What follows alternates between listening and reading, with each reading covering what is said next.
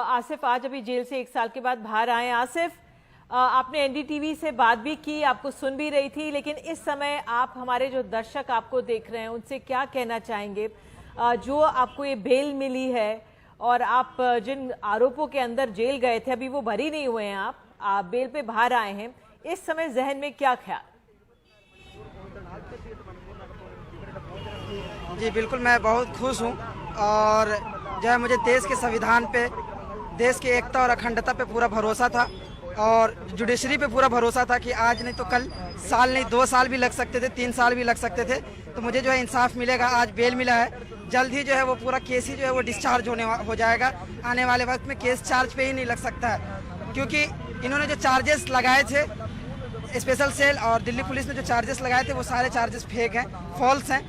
तो हमें जुडिशरी पे भरोसा था कि ठीक है, थोड़ा सा जुडिशरी सिस्टम्स में जो है हमें ये था कि काम हल्का धीरे हुआ, साल भर नहीं के थोड़ा जल्दी होना था, लेकिन यकीन था, भरोसा था कि जो है आज न तो कल जो है ज़रूर हमें जो है इंसाफ मिलेगा। और जो हमारी लड़ाई थी, जो हमने पढ़ा था, जिस तरह से हमने जो है देश की आज़ादी के लिए जो हमारे लोग थे, जिन्होंने जिस तरह से कुर्बानियाँ दी, जिस तरह से गांधी जी ने जो हमें जो है दर्श दिया था कि क्या नाम है, अहिंसा के रास्ते पे चलकर जो है देश की एकता और अखंडता को बचाना है, देश के लोगों को बचाना है, देश के लोगों की सहायता करना है, अपने आप को बचाना है, अपने गांव और अपने इलाके वालों को बचाना है। तो उसकी लड़ाई जो है वो जारी थी, क्योंकि जब इस देश का संविधान बना तो बाबा साहब भीमराव अंबेडकर ने कहा कि हिंदुस्तान में चाहे वो हिंदू हो, मुस्लिम हो, सिख हो, ईसाई हो, पंजाबी है, सारे लोगों को बराबर का दर्जा है। तो हमें जो है किसी भी तरह से जो है कोई जुल्म और ज्यादती करके हमें जेल में महीने, 2 महीने, साल, 2 साल तो रख सकते हैं, लेकिन हक और इंसाफ की आवाज़ को जो है कभी दबाया नहीं जा सकता है। लेकिन आप पे काफी गंभीर आरोप लगाए गए हैं और ये अभी लड़ाई लड़नी है, अभी बाकी है। मैम, मैं आपसे जैसा कि बताया कि क्या नाम है, जो आरोप लगे हैं वो बिल्कुल गलत हैं।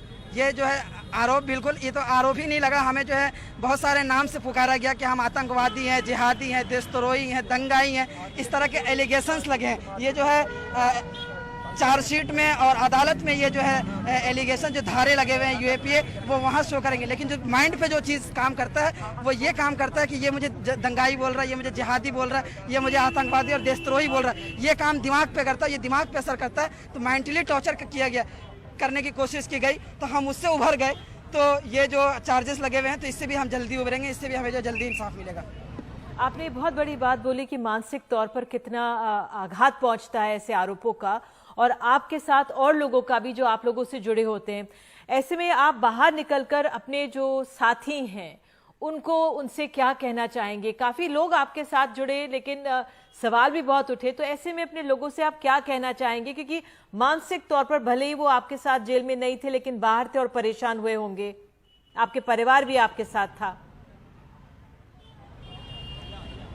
बिल्कुल, सारे लोग हमारे साथ थे, पूरा जामिया मिल्लिया इस्लामिया जो है हमारे साथ था, पूरी जो है जो संविधान के मानने वाले लोग हैं वो तमाम लोग हमारे साथ खड़े हुए थे और हम उनका शुक्रिया भी अदा करते हैं। साथ ही साथ उनको ये मैसेज भी देना चाहते हैं कि जो लड़ाई शुरू की गई थी जामिया मिल्लिया इस्लामिया से 13 दिसंबर को, वो लड़ाई चाहे वो सीए हो, एनआरसी हो, एनपीआर हो, चाहे वो नजीब के इंसाफ का हो या रोहित वेमुला का इंसाफ का हो, चाहे वो अलीमुद्दीन के इंसाफ की बात हो जहां मॉब लिंचिंग हुई है, उन तमाम जो लड़ाइयों को शुरू की गई थी वो अभी ख़त्म नहीं हुआ है। वो लड़ाइयाँ जारी रहेगी, आने वाले वक्त में भी जारी रहेगा, और जब तक हम लोग हैं तब तक ये लड़ाई जो है लड़ते रहेंगे। आज एक बार जेल आए, हो सकता है आगे भी जेल आना पड़ सकता है।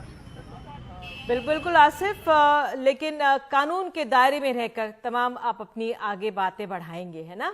ये आपको हमेशा जहन में रखना होगा। आप बिल्कुल, आए, बिल्कुल, बहुत शांतिपूर्ण तरीके से कानून के दायरे में रह के अहिंसा के रास्ते पे चलकर जो है गांधी जी ने जो हमें बताया, उस रास्ते पे चलकर जो है शांतिपूर्ण तरीके से अपना विरोध जताते रहेंगे। जब भी इस देश की एकता और अखंडता को बचाने की बात आएगी, हम सड़कों पे होंगे, क्योंकि अगर हम सड़कें छोड़ देंगे तो जिस तरह से संसद आवारा, क्योंकि लॉकडाउन में जो है सड़कें जो है वो सुनसान हो गई हैं, तो लोग भूखे मरने लग गए, तो संसद जो है वो आवारा हो गया है।